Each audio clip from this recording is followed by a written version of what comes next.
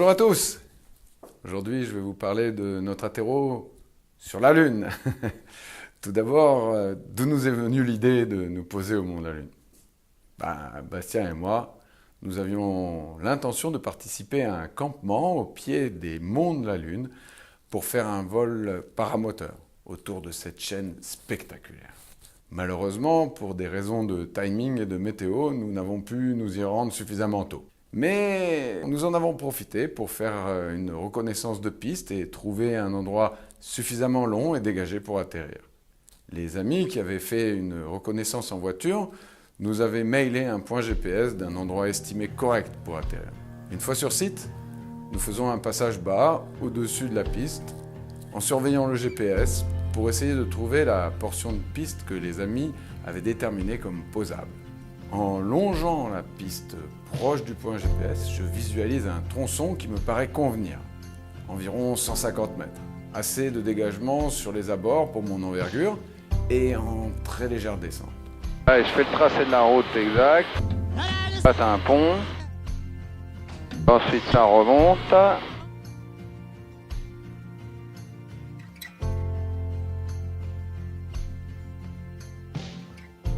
Et ça, c'est beau.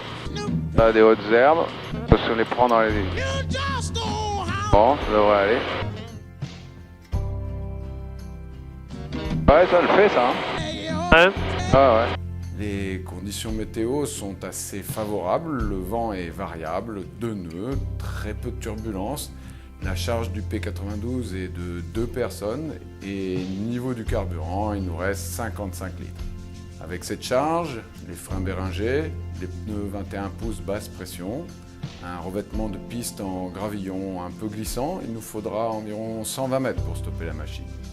Après ce repérage, on décide de faire une approche sans intention de poser. Je sors 10 degrés de volée pour être au plus proche de la vitesse de poser. Ça va me permettre de faire une estimation de la distance de freinage avec plus d'acuité qu'au premier passage. Donc pas de bagnole. Je vois rien, je sais pas trop où est la Je vais moto. sortir mes crans de volée, 100 km/h, 2 crans de volée, voilà, pour pas mettre 3.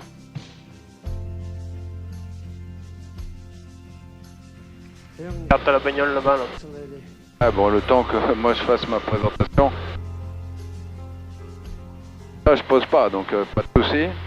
Où est là-bas, c'est bon.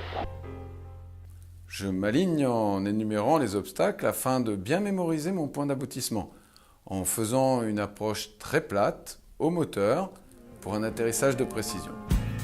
Donc là, on a le petit pont numéro 1. Ouais, c'est là-bas en haut de la butte. Hein. Juste après la flaque d'eau et le petit pont.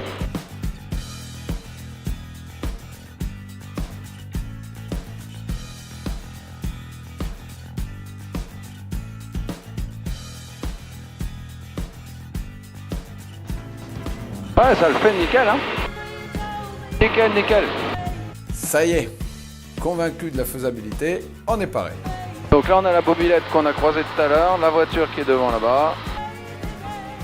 Tu vois d'autres bagnoles arriver ou pas? Non, hein. Non, rien du tout. De l'autre côté, je crois que c'est bon.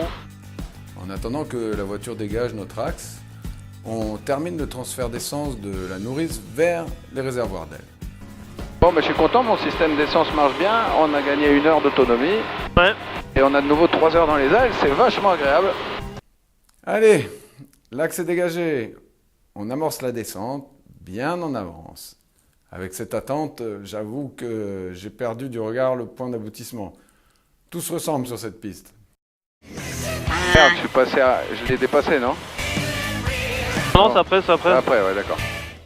Mais pas grave, on poursuit notre approche à basse altitude. Grâce à Bastien, on retrouve le point perdu. C'est où? Après la montée, là, on commence à la voir. Hein. Ouais, d'accord, allez, je vois la montée. Donc on a la flaque, la montée, et juste après la montée,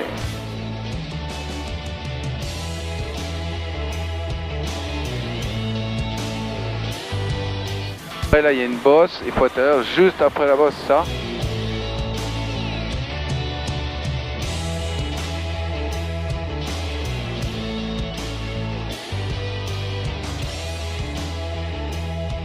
Eh ben, il en faut pas moins, hein. Hein? Nickel, hein? Les monts de la Lune, nous voilà posés. Oh yeah! J'espère que cette vidéo vous aura plu. Si c'est le cas, lâchez un pouce bleu, ça fait plaisir. Et si vous souhaitez voir de nouvelles vidéos du même genre, abonnez-vous en cliquant ici. Salut tout le monde!